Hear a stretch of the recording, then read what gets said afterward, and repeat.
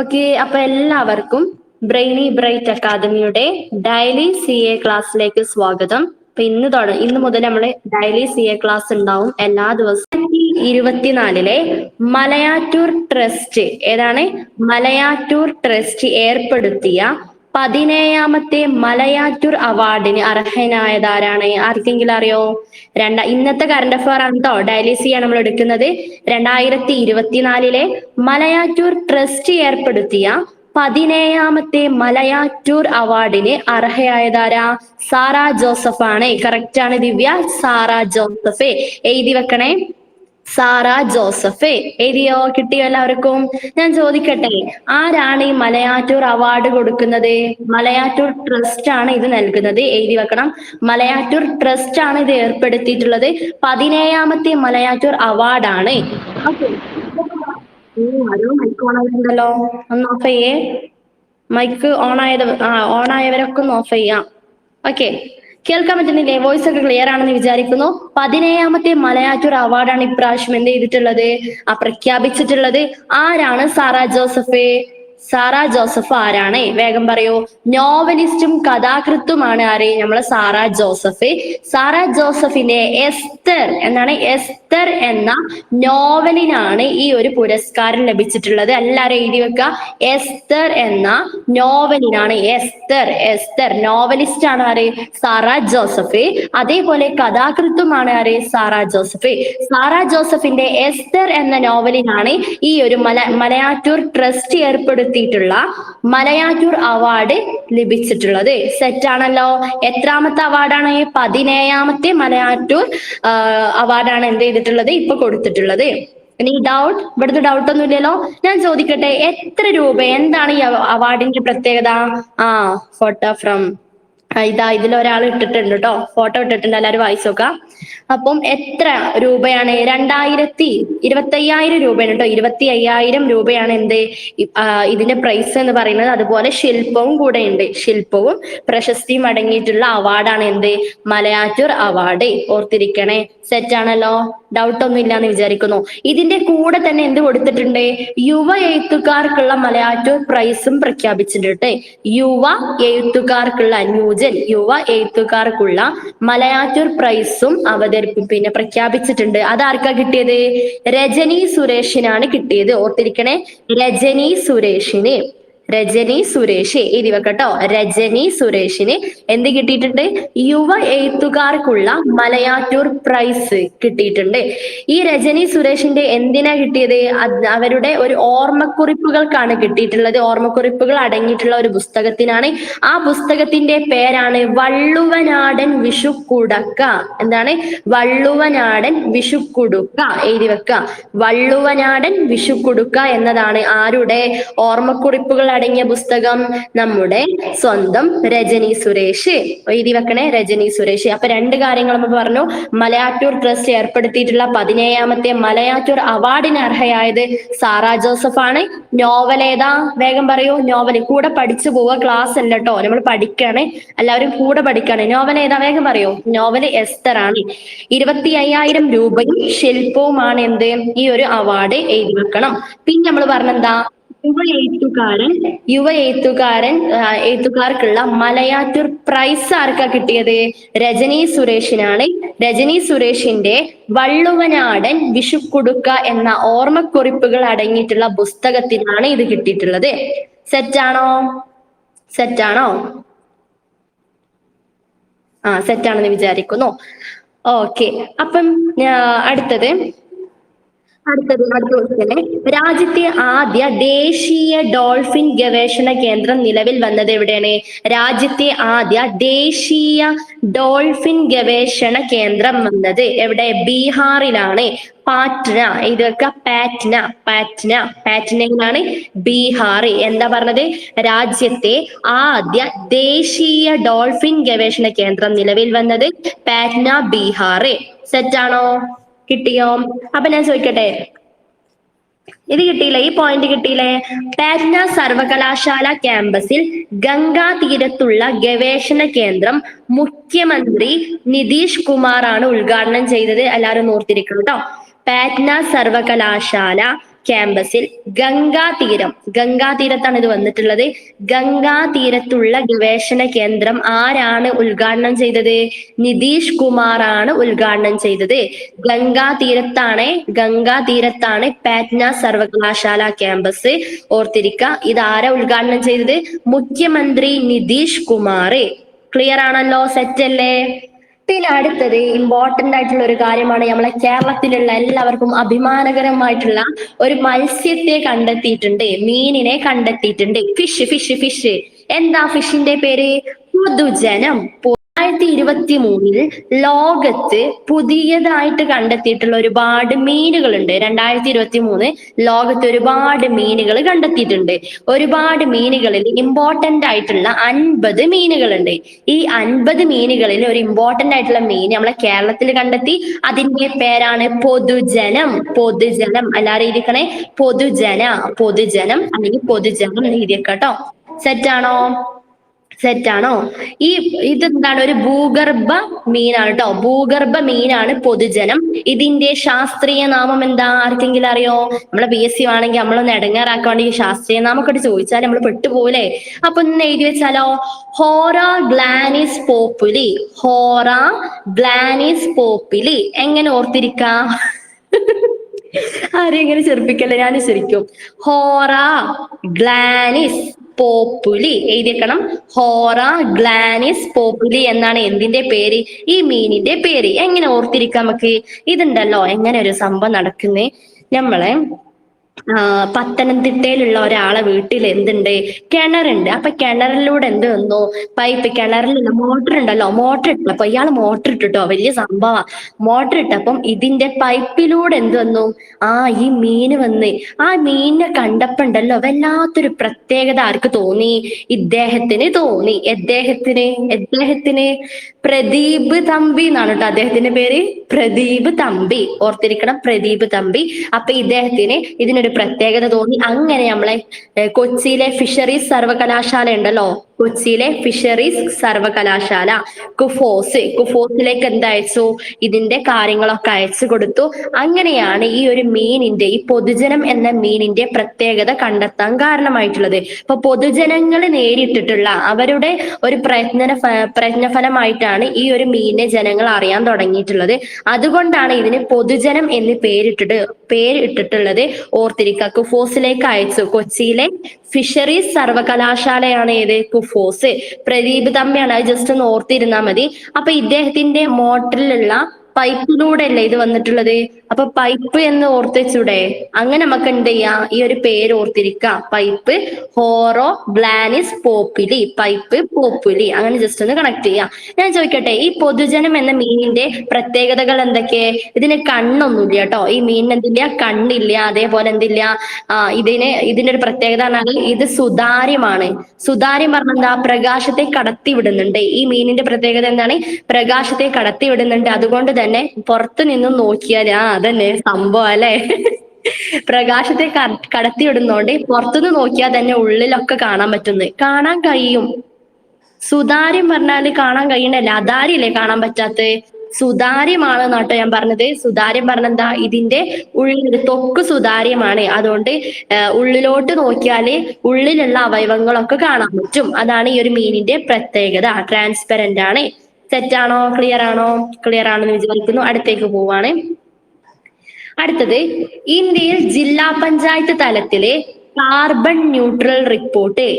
Carbon neutral report, അതായത് കാർബണിന്റെ ഉപയോഗം കാര്യങ്ങളൊക്കെ കുറക്കുക, സുസ്ഥിര വികസനം ഉണ്ടാക്കുക. സുസ്ഥിര വികസനം അതായത് നമ്മളെ നാട്ടിലുള്ള സാധാരണ രീതിയിൽ മാറ്റം വരാതെ, അതായത് ഉള്ള സംഭവങ്ങൾക്കൊന്നും എന്ത് ചെയ്യാം, പ്രശ്നങ്ങളൊന്നും വരാതെ net zero, carbon net zero, കാർബണിന്റെ അളവ് കുറച്ചിട്ട് എന്ത് ചെയ്യുക, നല്ല രീതിയിൽ മുന്നോട്ട് പോകുന്ന ഒരു സംഭവമാണ് ഇത് കാർബൺ ന്യൂട്രൽ എന്ന് പറയുന്നത്. ഈ കാർബൺ ന്യൂട്രൽ റിപ്പോർട്ട് പുറത്തിറക്കുന്ന ആദ്യ ജില്ലയായിട്ട് ആര് മാറി? നമ്മളെ വയനാട് ജില്ലയായി മാറി. വയനാട് എഴുതി വെക്കണേ. ഇന്ത്യയിൽ ജില്ലാ പഞ്ചായത്ത് തലത്തില് കാർബൺ ന്യൂട്രൽ റിപ്പോർട്ട് പുറത്തിറക്കുന്ന ആദ്യ ജില്ല വയനാടാണ്. ഓർത്തിരിക്കുക, വയനാട് ജില്ലയാണ്. കിട്ടിയോ? ഓക്കെ. അത് ഞാൻ ചോദിക്കട്ടെ, നമ്മളെ സ്പൈസ് ഉണ്ടല്ലോ, സ്പൈസ് ഏഴാമത്തെ ഇന്റർനാഷണൽ സ്പൈസ് കോൺഫറൻസ് നടന്നിട്ടുണ്ട്. അതിന്റെ വേദി എവിടെയാണ്? നടക്കുന്ന വേദി എവിടെയാണ്? കോഴിക്കോട് ഉണ്ട് അതിന്റെ സ്ഥലങ്ങളൊക്കെ. ഏഴാമത്തെ ഇന്റർനാഷണൽ സ്പൈസ് കോൺഫറൻസിന്റെ വേദി എവിടെയാ? ന്യൂഡൽഹിയാണ്. എഴുതി വെക്കണം, ന്യൂഡൽഹിയാണ്. എന്താണ് ഈ സ്പൈസ് കോൺഫറൻസ്? എന്തിനാണ് ഈ സ്പൈസ് കോൺഫറൻസ് നടത്തുന്നത്? അതായത് സുഗന്ധവ്യഞ്ജനങ്ങൾ ഉണ്ടല്ലോ, നമ്മളെ കുരുമുളക്, ഏലം, പട്ട, അങ്ങനത്തെ സുഗന്ധവ്യഞ്ജനങ്ങൾ ഉണ്ടല്ലോ, അവയുടെ വ്യാപാര മേഖലയിൽ എന്ത് വരുത്തുക? പുതിയ അവസരങ്ങളും പുതിയ മാറ്റങ്ങളും ഒക്കെ കൊണ്ടുവരാനുള്ള ഒരു പദ്ധതിയാണ് ഇത് സ്പൈസ് കോൺഫറൻസ് എന്ന് പറയുന്നത്. മനസ്സിലായോ? സ്പൈസ് കോൺഫറൻസ് എന്ന് പറഞ്ഞാൽ എന്താ? സുഗന്ധ വ്യഞ്ജനങ്ങളൊക്കെ ഉണ്ട്, നമ്മളെ കുരുമുളക്, നല്ല ഏലക്കായിട്ട ചായ ഒക്കെ ഇല്ലേ, അപ്പൊ ഏലക്ക, പിന്നെ അതേപോലെ കുരുമുളക്, ഇതിന്റെ ഒക്കെ എന്ത് ചെയ്യാ? ഇതിന്റെ ഒക്കെ വ്യാപാര മേഖലയിൽ ഒരുപാട് മാറ്റങ്ങൾ കൊണ്ടുവരിക. അതാണ് ഇങ്ങനെ കോൺഫറൻസും കാര്യങ്ങളൊക്കെ വെക്കുന്നത്. അപ്പം ഏഴാമത്തെ ഇന്റർനാഷണൽ സ്പൈസ് കോൺഫറൻസ് ആണ് എവിടെ നടത്തുന്നത്? ഡൽഹിയിൽ നടത്തുന്നത്. മനസ്സിലായോ? കിട്ടിയോ? ഇവിടെ യൂറോപ്യൻ യൂണിയൻ 180 കോടി യൂറോ പിഴ ഇട്ട കമ്പനി ഏതാണ് എന്ന്. അടുത്തിടെ യൂറോപ്യൻ യൂണിയൻ എന്ത് ചെയ്ത്? ഒരു കമ്പനിക്ക് 180 കോടി പിഴ ഇട്ടിട്ടുണ്ട്.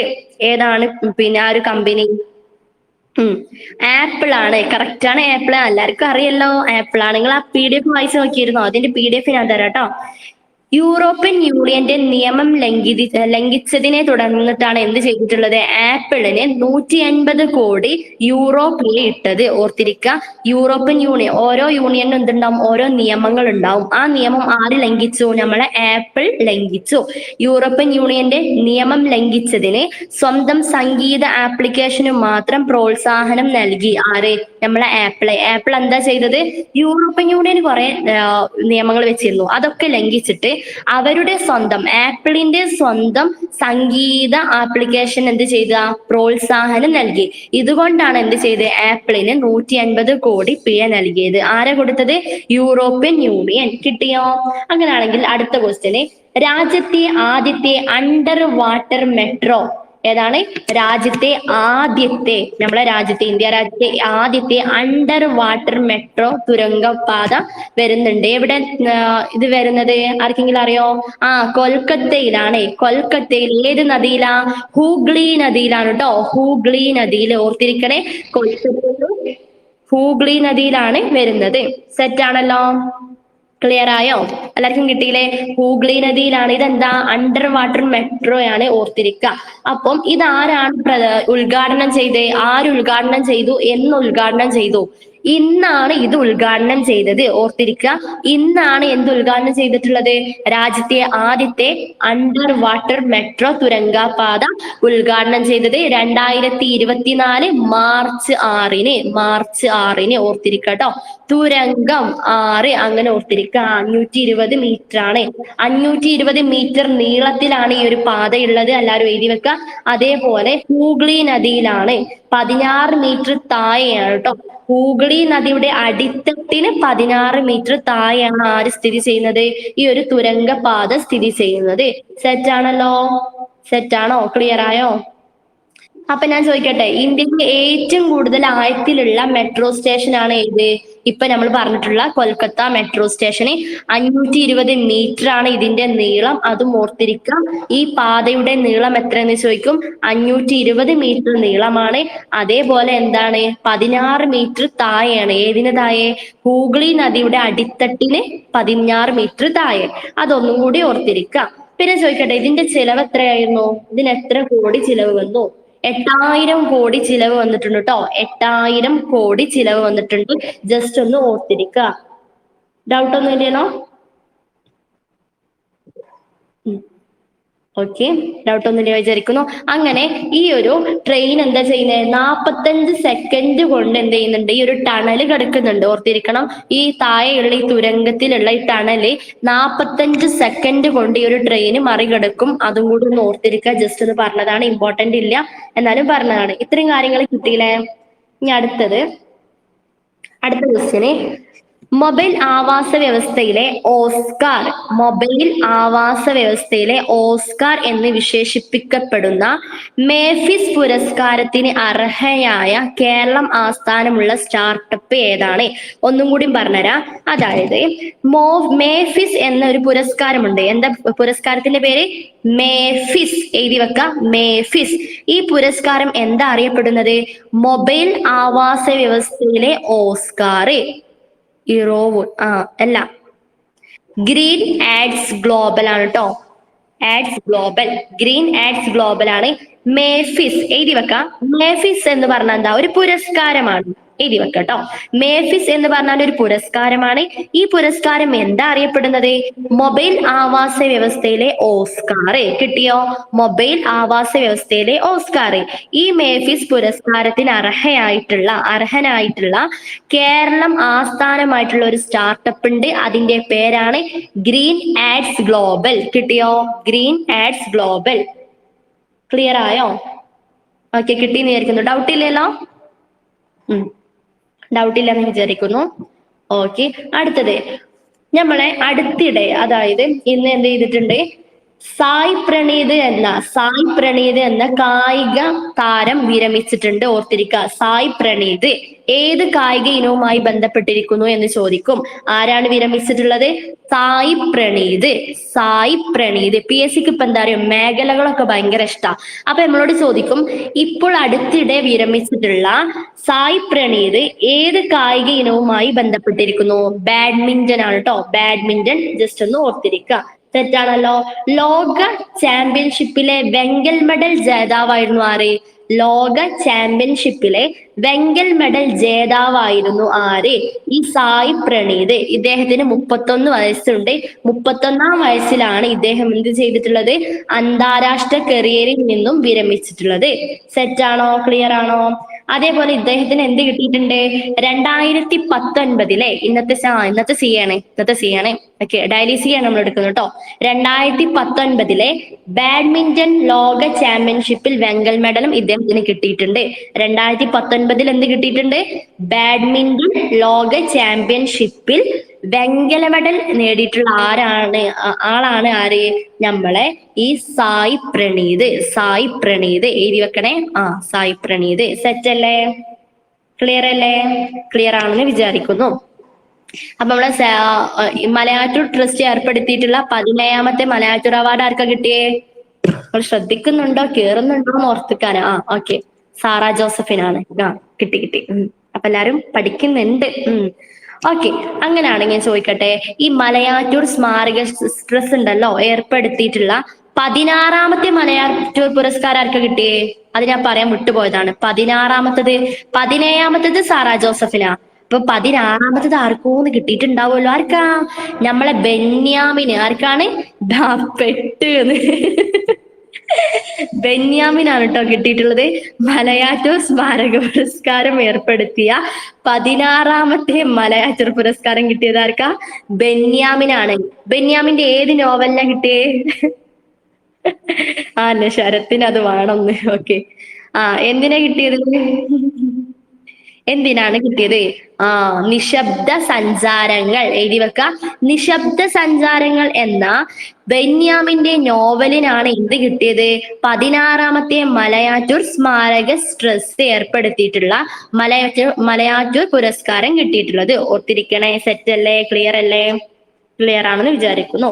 അടുത്തത്, ഫ്രാൻസിൽ ഒരു വലിയ സംഭവം നടന്നിട്ടുണ്ട്. എന്താണ് സംഭവം? ആർക്കെങ്കിലും അറിയോ? ഫ്രാൻസിന് ഭരണപരമായിട്ടുള്ള ഒരു അവകാശം പുതിയതായിട്ട് ചേർത്തിട്ടുണ്ട്. എന്താ സംഭവം? ഗർഭഛിദ്രം. എഴുതി വെക്കണം കേട്ടോ. അബോർഷൻ എന്ത് ചെയ്തിട്ടുണ്ട്? ഇവര് സ്ത്രീകളുടെ സ്വാതന്ത്ര്യത്തെ ഭരണപരമായി അവകാശമാക്കി മാറ്റിയിട്ടുണ്ട്. ലീഗൽ. ഓക്കെ, ലോകത്തെ ആദ്യ രാജ്യമാണ് ഇങ്ങനെ ചെയ്യുന്ന ആദ്യ രാജ്യമാണ് ഇത്, ഫ്രാൻസ്. അപ്പൊ ഭയങ്കര ഫാൻസ് ഒക്കെ ഉണ്ടാവും ഓർത്തിരിക്കുക, ഫ്രാൻസ്. അപ്പൊ ഞാൻ ചോദിക്കട്ടെ, അന്നത്തെ ഇവിടുത്തെ പ്രസിഡന്റ് ആരാ? ഫ്രഞ്ച് പ്രസിഡന്റ് ആരായിരുന്നു? ഫ്രഞ്ച് പ്രസിഡന്റ് ഇമാനുവൽ മാക്രോൺ ആണ് കേട്ടോ. ഇമാനുവൽ മാക്രോൺ ആണ് ആര്? French president. ഫ്രാൻസ് ആണ് എന്ത് ചെയ്തിട്ടുള്ളത്? ഇത് ഭരണഘടനാപരമായ അവകാശമാക്കിയിട്ടുള്ള ലോകത്തിലെ ആദ്യ രാജ്യമാണ് France. French president Emmanuel Macron ആണ്. അതും കൂടി ഒന്ന് ഓർത്തിരിക്കുക. അടുത്ത ക്വസ്റ്റ്യന് പൊതുജനത്തെ നമ്മളെ കുറിച്ച് പറഞ്ഞില്ലേ. പിന്നെ അടുത്ത ഇമ്പോർട്ടന്റ് ആയിട്ടുള്ള ഒരു ക്വസ്റ്റ്യൻ ആണ് എന്ത്, നമ്മളെ കേന്ദ്ര സർക്കാർ ഭാരതാരി നൽകാറുണ്ട് അല്ലെ, ഭാരതാരി നൽകാറുണ്ട്. അപ്പൊ അതിന് പകരം ഇപ്പൊ പുതിയൊരു അരി കൊണ്ടുവന്നിട്ടുണ്ട്. ആ അരിന്റെ പേരറിയോ? ആ ശബരി ബാക്കി പറയൂ. ശബരി കെ റൈസ് എന്ന പുതിയൊരു തരം അരി വിതരണം ചെയ്യാൻ ആരംഭിച്ചിട്ടുണ്ട്. പേര് മാറ്റി ഭാരത് അരി. കേന്ദ്ര സർക്കാരിന്റെ ഭാരത് അരിക്ക് ബദലായിട്ടാണ്, പകരമായിട്ടാണ് ഇത് കൊണ്ടുവന്നത്. കേന്ദ്ര സർക്കാരിന്റെ ഭാരത് അരി ഉണ്ടായിരുന്നു, അതിന് ബദലായിട്ട്, അതിന് പകരമായിട്ട് കേരള സർക്കാർ വിതരണം ചെയ്യുന്ന അരിയാണ് ഇത്. കേന്ദ്ര സർക്കാർ അല്ല, കേരള സർക്കാർ. കേരള സർക്കാർ വിതരണം ചെയ്യുന്ന അരിയാണ് ഇത് ശബരി കെ റൈസ്. ഓർത്തിരിക്കുക. ഇത് എവിടുന്നാ കൊണ്ടുവരുന്നേ? എവിടുന്നാണ് കൊണ്ടുവരുന്നത്? അരി കൊണ്ടുവരണല്ലോ എവിടുന്നെങ്കിലും. അപ്പൊ കുറച്ചൊക്കെ നമ്മളെ കേന്ദ്ര സർക്കാരിന്റെ അടുത്തുള്ളതും കേരള സർക്കാരിന്റെ പക്കലുള്ളതൊക്കെ ഒപ്പിക്കുന്നുണ്ട്. ബാക്കി കൊണ്ടുവരുന്നത് തെലങ്കാനയിൽ നിന്നാണ്. ഓർത്തിരിക്കുക. തെലങ്കാനയിൽ നിന്നാണ് വിൽപ്പനക്കായിട്ടുള്ള ഈ അരി കൊണ്ടുവരുന്നത്. സെറ്റാണോ? ക്ലിയർ ആണോ? കിട്ടിയെന്ന് വിചാരിക്കുന്നു. അപ്പൊ ശബരിക്ക് റൈസ് പറഞ്ഞു. അപ്പൊ ഞാൻ ചോദിക്കട്ടെ, നമ്മളല്ലേ ഭാരതകാരി ഉണ്ടല്ലോ, ഭാരതകാരി, ഈ ഭാരതകാരിന്റെ കിറ്റ് അല്ലെങ്കിൽ സഞ്ചി, ഇതിനെ പാക്ക് ചെയ്യാനുള്ള സഞ്ചി എന്തെങ്കിലും ഉണ്ടാവും. ഈ സഞ്ചി മേലെ ആര് ചിത്രമായിരുന്നു? ആർക്കെങ്കിലും അറിയാം ആരുടെ ചിത്രമായിരുന്നു? ഉം ആ നമ്മളെ മോദിന്റെ ചിത്രം ഉണ്ടായിരുന്നു. അപ്പൊ പ്രധാനമന്ത്രിയുടെ ചിത്രം എന്തുമേലുണ്ടായിരുന്നു? എന്താ അല്ലേ സംഭവം. ആരിന്റെ കവർമല് വരെ എന്തുണ്ട്? ചിത്രം കൊടുത്തിട്ടുണ്ട്. അപ്പൊ അന്ന് ഓർത്തിരിക്കുക. ഈ സഞ്ചിമേൽ എന്ത് കൊടുത്തിട്ടുണ്ട്? നരേന്ദ്രമോദിയുടെ ചിത്രം കൊടുത്തിട്ടുണ്ട്. അപ്പൊ ഞാൻ ചോദിക്കട്ടെ, അങ്ങനെയാണെങ്കിൽ ഈ കെ ആ കേരളത്തിൽ കൊടുക്കുന്ന അരിയാണല്ലോ ശബരി കെ റൈസ്. അപ്പൊ അതിന്മേൽ നമ്മളെ പിണറായിന്റെ ചിത്രം ഉണ്ടാവോ എന്ന് പറഞ്ഞാണ്? പിണറായിന്റെ ചിത്രം ഉണ്ടാവോ? ഉണ്ടാവോ? ഇല്ല, കൊടുത്തിട്ടില്ല. എന്താണ് ചെങ്ങന്മാരിങ്ങൾ കൊടുക്കല്? മൂപ്പരാക്ക് വന്ന് നിങ്ങളെ തല്ലോ. ആ റേഷൻ പിടിയത്തെ ഗവൺമെന്റിന്റെ ചിത്രം ഒന്നും കൊടുക്കണ്ടെന്ന് പറഞ്ഞിട്ടോ. കൊടുത്തിട്ടില്ലേ? അപ്പോ അങ്ങനെ ചോദിച്ചാ പെട്ടു പോയത്. ഇപ്പൊ ഭാരതകാരിയുടെ സഞ്ജീവൻ എന്ത് കൊടുത്തിട്ടുണ്ട്? പ്രധാനമന്ത്രിന്റെ കൊടുത്തിട്ടുണ്ട്. പക്ഷെ കേരള വിതരണം ചെയ്തിരുന്ന ശബരിക്ക റൈസിന്റെ മുകളിൽ ആരെ ഇത് കൊടുത്തിട്ടില്ല? മുഖ്യമന്ത്രിന്റെ കൊടുത്തിട്ടില്ല. അതൊന്ന് ജസ്റ്റ് ഓർത്തിരിക്കുക. പിന്നെ ചോദിക്കട്ടെ, ലോകത്തെ സമ്പന്നരുടെ പട്ടികയിൽ ഒന്നാമതെത്തിയത് ആരാ? ലോകത്തെ സമ്പന്നരുടെ പട്ടിക ഇലോൺ മസ്ക് അല്ല. ഇലോൺ മസ്കിന് 2ാം സ്ഥാനമാണ്. മുകേഷ് അംബാനിക്ക് എത്രാം സ്ഥാനം? 11ാം സ്ഥാനം. നമ്മളെ അംബാനി മാറി. ഇലോൺ മസ്ക് 2ാമത്തെ സ്ഥാനാണ് കേട്ടോ. ഇലോൺ മസ്ക് 2ാമത്തത്. പിന്നെ മുകേഷ് അംബാനിക്ക് 11ാമത്തത്. അപ്പൊ ഫസ്റ്റ് പ്രൈസ് ആർക്കാണ്? നമ്മളെ ആമസോൺ സ്ഥാപകൻ ആരാ? ആമസോൺ സ്ഥാപകൻ ജെഫ് ബെസോസ്. ജെഫ് ആർക്കാന്ന്? നല്ല ക്വസ്റ്റ്യൻ, നല്ല കുട്ടികള്. ജെഫ് ബെസോസിനാണ് കേട്ടോ കിട്ടിയിട്ടുള്ളത്. ജെഫ് ബെസോസ് ആരാണ്? ആമസോൺ സ്ഥാപകനാണ് ജെഫ് ബെസോസ്. ഓർത്തിരിക്കണേ, ആമസോൺ സ്ഥാപകനാണ് ജെഫ് ബെസോസ്.